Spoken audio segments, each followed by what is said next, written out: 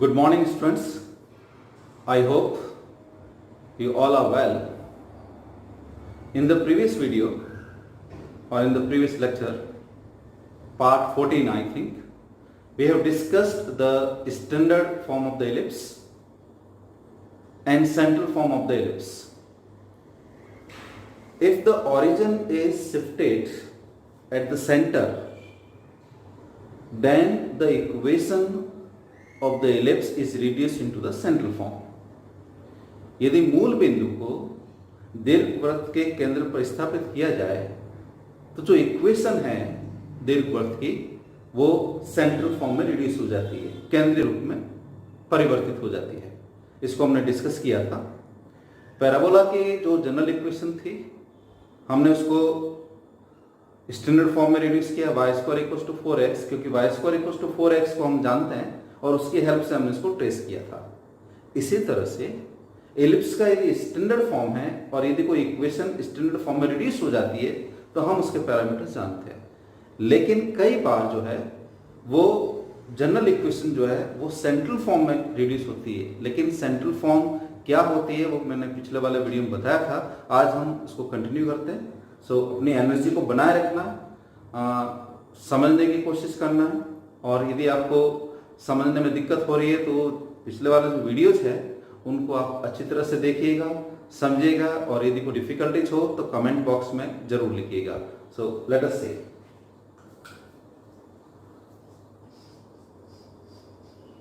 Ellipse Hindi में दीर्घवृत्त बोलते हैं।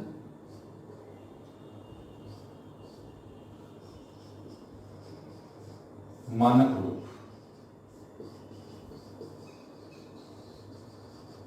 स्टैंडर्ड फॉर्म जो आप लोअर क्लासेस में पढ़ चुके हो, x square upon a square plus y square upon b square equals to 1, और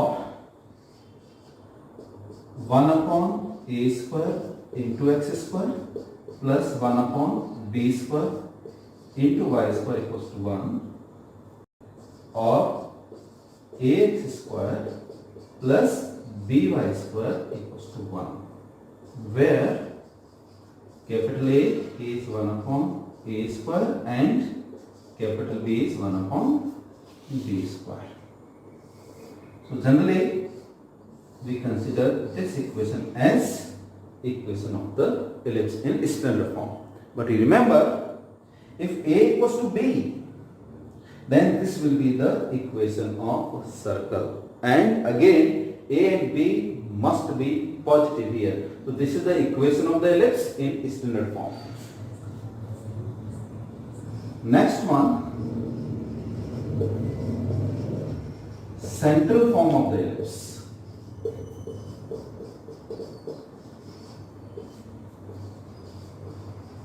दीर्घवृत्त का केंद्रीय रूप ax square plus 2xxy plus by square equals to 1। ये मैंने पिछले वाले वीडियो में बताया था पार्ट 14 के अंदर। यदि जनरल इक्वेशन जो है इलिप्स की ओरिजिन को उसके सेंटर पे यदि हम शिफ्ट कर दे, या आपको याद हो, तो जो इलिप्स का जनरल फॉर्म है वो इसमें रिड्यूस हो जाएगा। और मैंने आपको बताया था कि हम इस वाले इक्वेशन के पार्ट्स जानते हैं, इसके 6 पार्ट्स हैं, मैंने डिस्कस कर रखा है, आप उसको रिवाइज कीजिएगा। पैराबोला की तरह इसमें 5 तत्व होते हैं, लेकिन इसका सेंटर होता है, इसका सेंटर ओरिजिन पर है। तो ये इस वाले इक्वेशन को हमने डिस्कस किया था, लेकिन मैंने आपको बताया था कि यदि इलिप्स का जनरल इक्वेशन हो, पूरी ताकत के साथ में हो और सारे के सारे टर्म्स हो, और उसको यदि उसका जो सेंटर है वहां पर यदि हम ओरिजिन को शिफ्ट कर दें तो जो इक्वेशन रिड्यूस होती है वो इस फॉर्म में होती है। इसके क्या पैरामीटर्स है वो हमें नहीं मालूम है, हमें इसके पैरामीटर्स मालूम है। इसलिए मैं यदि इसको स्टडी करता हूँ, इसकी मुझे यदि ट्रेसिंग आती है तो मैं जनरल फॉर्म को ट्रेस कर पाऊंगा। ये मैंने पिछली बार आपको बताया था। तो आज हम इस तरह की इक्वेशन को ट्रेस करेंगे। इलिप्स की इक्वेशन है, और एक बात का यहाँ पर ध्यान रखना है, यदि यहाँ पर h जो है ये जो h जो है, ये वाला h, यदि ये 0 हो जाए बाय द वे, तो ये इक्वेशन इसमें रिड्यूस हो जाती है। इसका मतलब सेंट्रल फॉर्म जो है वो स्टैंडर्ड फॉर्म में कन्वर्ट हो जाएगी जब h की वैल्यू क्या हो जाए 0, then it is ax square plus by square equals to 1। Let us सी,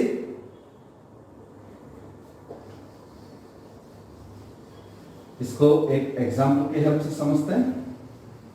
ध्यान रखना, नाम सेंट्रल फॉर्म है इसका, इसका जो सेंटर है वो ओरिजिन पे है,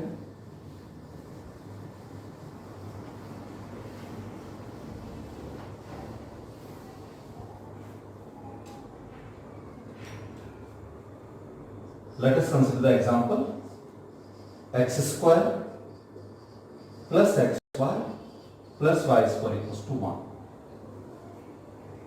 Consider x square plus xy plus y square equals to 1. Here delta if we calculate, then delta is not equals to 0. आपको मालूम है delta कैसे कैलकुलेट करना, h square is less than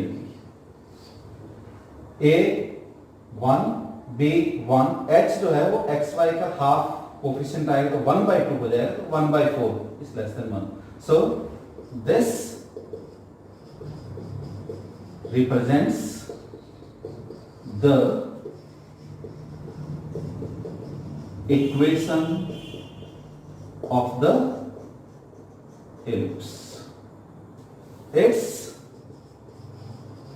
center is 0,0, ये मुझे मालूम है, इसका सेंटर जो है वो 0,0 होगा। कैसे कैलकुलेट करना बताया था, पिछले वाला वीडियो देखना है, उसमें मैं बताया था इसको पार्शियली डिफरेंशिएट करना है, तो दो इक्वेशंस बनेंगे, उनको सॉल्व करना है। जब आप इसको सिंप्लीफाई करोगे तो इसका सेंटर जो है वो 0, 0 आएगा। दूसरा, इसका नाम मैंने सेंट्रल फॉर्म रखा है, इसका सेंटर जो है वो ओरिजिन ही होगा, इस बात को आप याद रखोगे। अब मुझे केवल सेंटर मालूम है, यदि स्टैंडर्ड इक्वेशन होती बाय द वे तो एलिप्स का फॉर्मेट ऐसा होता। यदि कोई इक्वेशन स्टैंडर्ड फॉर्म में रिड्यूस होती है तो हो सकता है एलिप्स इस तरह से बने, इसका जो एक्सिस है वो पैरेलल टू एक्स एक्सिस आएगा। हो सकता है एलिप्स इस तरह से बने इस पार्ट पर, अब भी जो है उसका जो एक्सिस जो है मेजर एक्सिस है वो पैरेलल टू एक्स एक्सिस बनेगा इसका। लेकिन ये जो इक्वेशन है वो इसमें रिड्यूस हो सकती है, ये इक्वेशन इसमें रिड्यूस हो सकती है, लेकिन ये जो इक्वेशन है, ये वाला इक्वेशन, इसका जो शेप है, इसका जो ओरिएंटेशन है, इनमें से एक भी नहीं होगा। उसका ओरिएंटेशन किस तरह से होगा, उसका ओरिएंटेशन इस तरह से बनेगा, ऐसे। सेंटर यही है, क्या हो गया है, इसकी एक्सिस जो है वो रोटेट हो गई है, इस तरह से होगी, या ये इस तरह से बन सकता है,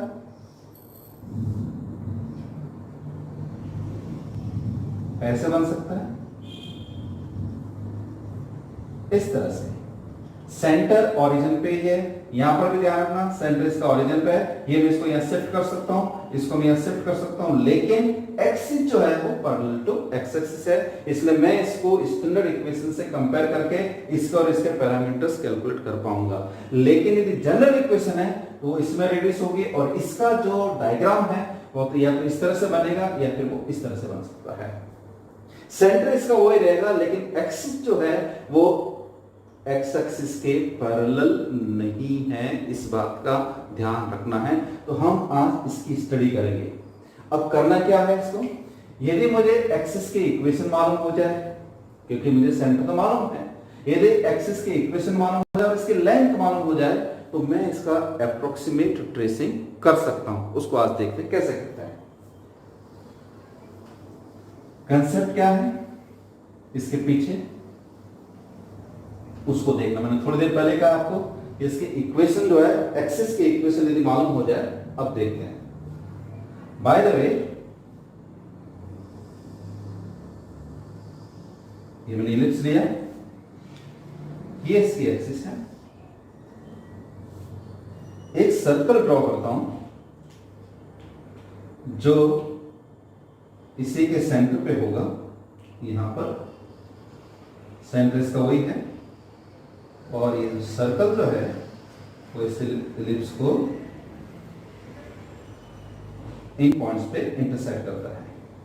यदि मैं इसको ज्वाइन करता हूं तो डेफिनेटली ये इससे पास होगा, ये इससे पास होगा, ये इसका डायमीटर बनेगा। आप देख सकते हो ये सर्कल का डायमीटर है, ये भी सर्कल का डायमीटर है।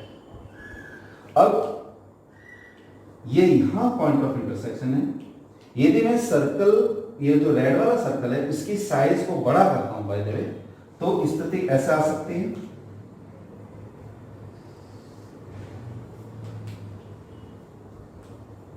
ड्राइंग का ध्यान रखना है, मैं इसको किस तरह से बना रहा हूं।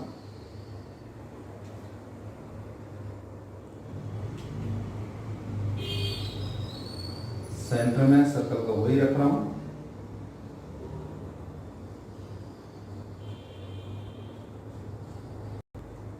ये इसका सेंटर। अब देखो ध्यान से, ये ऐसे बना, मैं एक लाइन ही लेता हूं, दूसरी लाइन को मैं ये डॉटेड बना देता हूं। यहां देखो ये गैप, जो ये एंगल है वो बहुत बड़ा है, ऐसे यहां पर ये एंगल कम हुआ, तो जब ये एंगल 0 हो जाएगा, ये वाला एंगल 0 होगा, तब आपको ध्यान है ये पॉइंट जो है वो पॉइंट से शिफ्ट हो रहा है इधर। किस तरफ हो रहा है? इस ब्लैक बाउंड्री की तरफ। तो जब ये वाला पॉइंट यहां आ जाएगा तो ये जो पार्ट है इसका, ये जो एंगल है वो 0 बन जाएगा और स्थिति इस तरह से बन जाएगी।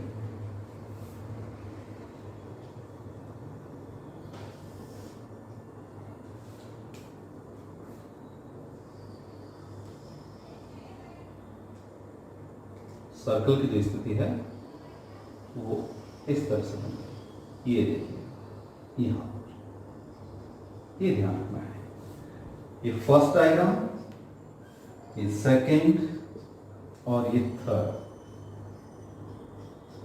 यहां जो ये एंगल है, ये वाला जो एंगल है, आप देख सकते हो, ये वाला एंगल, यहां वाला एंगल जो है,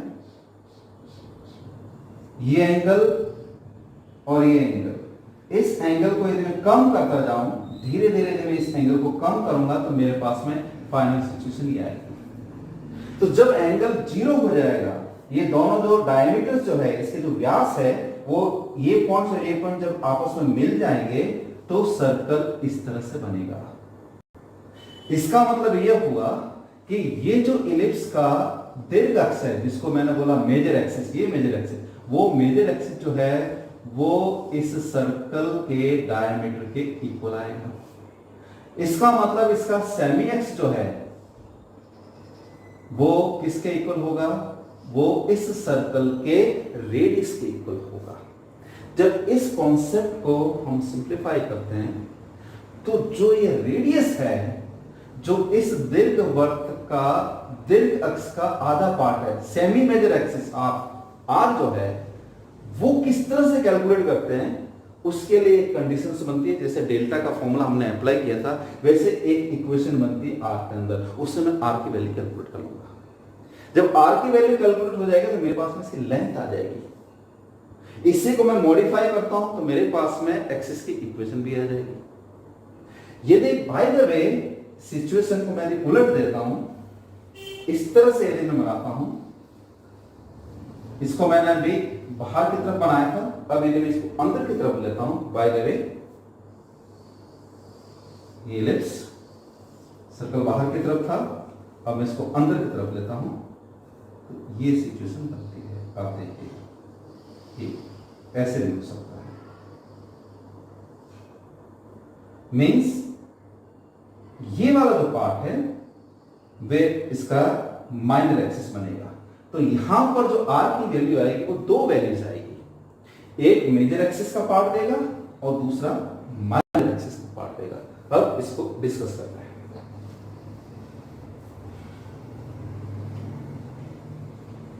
सेंटर मुझे मालूम है,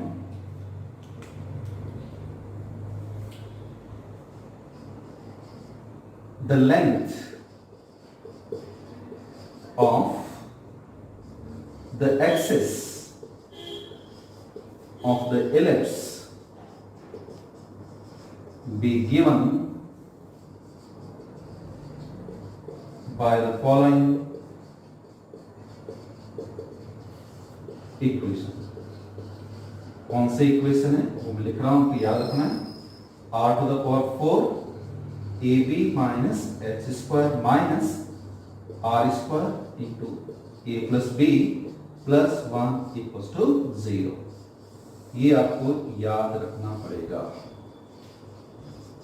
ये किससे डेवलप हुआ? जो मैंने कॉन्सेप्ट आपको बताया था कि जब मैं थीटा की वैल्यू यदि 0 करता हूं, तो जब थीटा की वैल्यू 0 हो जाती है तब जो कंडीशंस बनती है वो ये कंडीशंस बनती है। और ये ध्यान रखना कि आर स्क्वायर में क्वाड्रेटिक है, या आर स्क्वायर है या r to the power 4 है, तो मैं इसको आर स्क्वायर का होल स्क्वायर कर देता हूं। तो ये आर स्क्वायर में द्विघात समीकरण है, आर स्क्वायर में क्वाड्रेटिक इक्वेशन है, इसलिए यहां पर आर स्क्वायर की दो वैल्यूज होगी, एक सेमी मेजर एक्सिस के लिए और दूसरा सेमी माइनर एक्सिस के लिए। अब इस एग्जांपल को देखते हैं।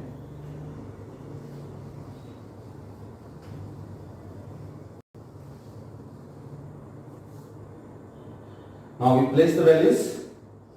This implies r to the power 4 a1 b1, so it is 1 minus h का वैल्यू 1/2 था, so it is 1/4 minus r square 1 plus 1 plus 1 equals to 0. This is r to the power 4 3/4 minus 2r square plus 1 equals to 0। ध्यान रखना है ये equation are square के दो values देगा, यानी इसके दो रूट्स होंगे, क्वाड्रेटिक इक्वेशन है। यदि दोनों पॉजिटिव है तो इलिप्स होगा, एक पॉजिटिव और एक नेगेटिव है तो हाइपरबोला बनेगा, और यदि दोनों नेगेटिव है तो आपको सोचना है कि क्या बनेगा। ये क्वेश्चन है आपके लिए, देखते हैं इसको। This is 3r to the power 4 minus 8r square plus 4 equals to 0। Factors हो रहे हैं इसका, 4 to the 12 and 6 to the 12, तो 3r to the power 4 minus 6r square minus 2r square plus 4 equals to 0। This is 3r square, then it is r square minus 2 times r square minus 2 equals to 0।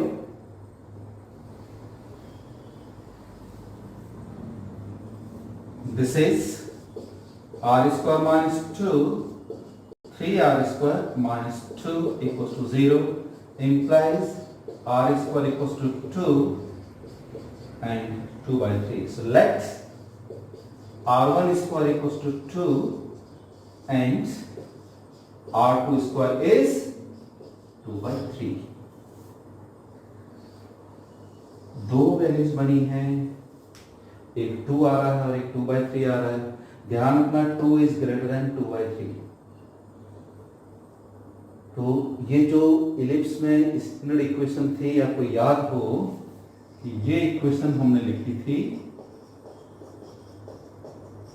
तो ये जो है denominator वो आपका r1 square की तरह काम करेगा और ये वाला पार्ट जो r2 स्क्वायर की तरह काम करेगा। ये ध्यान रखना, दोनों पॉजिटिव है। यहां पर मैंने आपको बताया था कि a is greater than b, major axis का पार्ट देखा है। दूसरा, यदि इसेंट्रिसिटी कैलकुलेट करनी है, जरूरत नहीं पड़ेगी, फिर भी यदि आपको कैलकुलेट करनी है तो हमारे पास में फॉर्मूला था b square equals to a square 1 minus e square. तो यहां के लिए फॉर्मूला क्या बन जाएगा, r2 square equals to r1 square 1 minus e square. ये ध्यान रखना है, तो ये अपने दिमाग में फिट करके रखना है। यदि सेंट्रल फॉर्म है तो उसमें लेंथ कैसे कैलकुलेट करना है वो मैंने आपको बता दिया है। अच्छा, ये दोनों मैंने आपको बताया था कि यदि दोनों वैल्यूज पॉजिटिव है तो इलिप्स बनेगा, यदि एक पॉजिटिव और एक नेगेटिव है तो हाइपरबोला बनेगा। हमने पहले ही प्रूव कर लिया था कि जो इक्वेशन थी वो इलिप्स की इक्वेशन है, और यहाँ पर ये दोबारा वेरीफाई होगा कि इसकी दोनों वैल्यूज पॉजिटिव आ रही है, इसका मतलब जो गिवन इक्वेशन है वो इलिप्स की इक्वेशन है।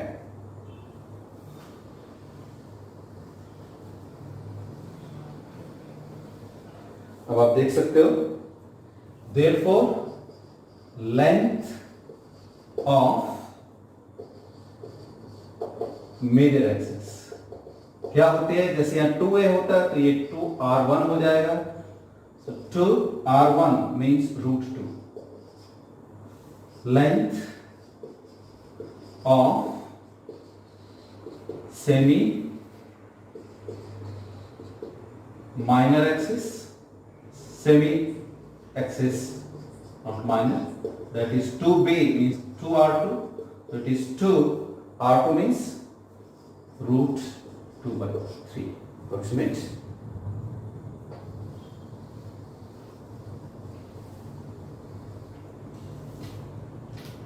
पहला पार्ट क्या था? पहला पार्ट था इक्वेशन को आइडेंटिफाई करना कि किसके इक्वेशन है। उसके बाद दूसरा पार्ट हमने कैलकुलेट किया है length of major axis and length of minor axis. Same ही नहीं है, ये लेंथ ऑफ माइनर एक्सिस है, ध्यान रखना। लघु अक्ष, और ये जो है दीर्घ अक्ष। अब इसका थर्ड पार्ट, पूरे क्वेश्चन को हमने 3 पार्ट में डिवाइड किया है। पहला पार्ट इक्वेशन को आइडेंटिफाई करना, दूसरा पार्ट इलिप्स है तो उनकी एक्सिस की लेंथ कैलकुलेट करना, और तीसरा पार्ट जो है वो है एक्सिस की इक्वेशन कैलकुलेट करना। कैसे, ये भी कॉन्सेप्ट है, आपको याद रखना। Equation of major axis, this is given bye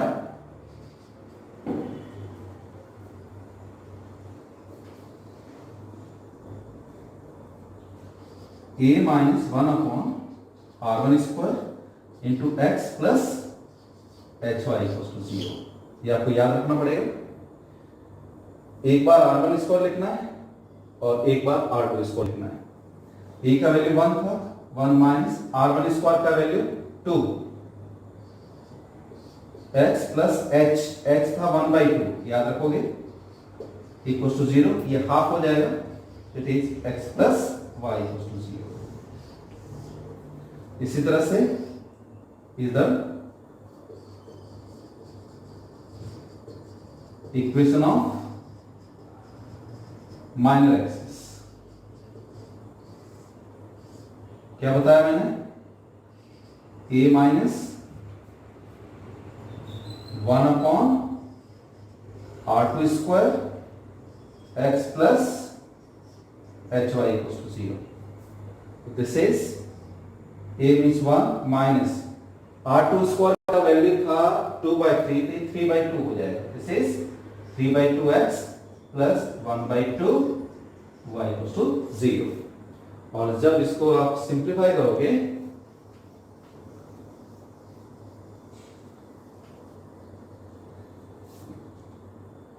so it is minus half, so this is x minus y equals to 0।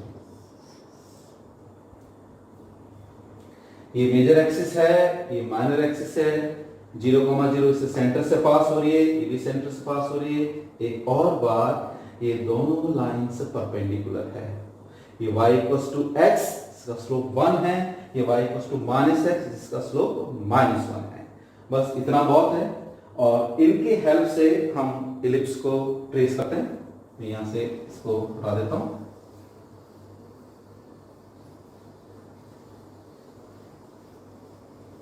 Main जो आपको चाहिए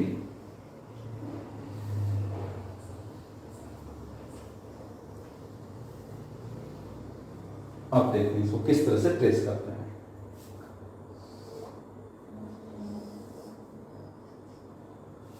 सेंटर मुझे मालूम है, मेजर एक्सिस जो है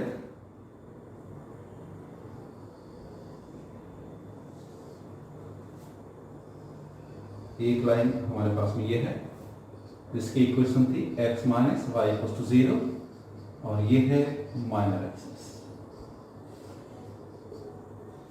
ये लाइन थी x plus y equals to 0, इसको मैंने इसी से बना लेता हूं। ये 45 डिग्री, ये 135, ये दोनों आपस में परपेंडिकुलर लाइंस हैं।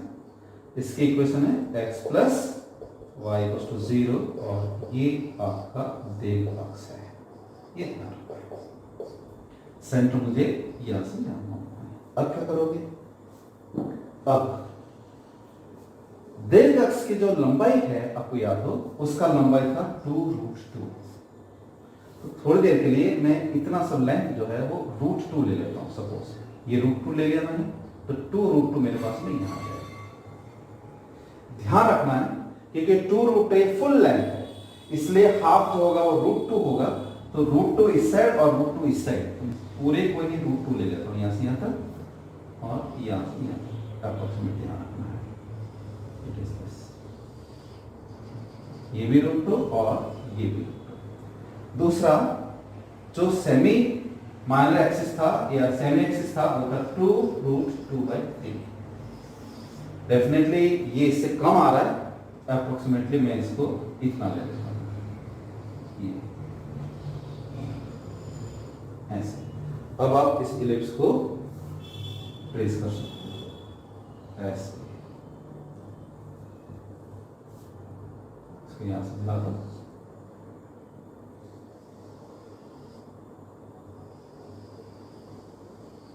ये इलिप्स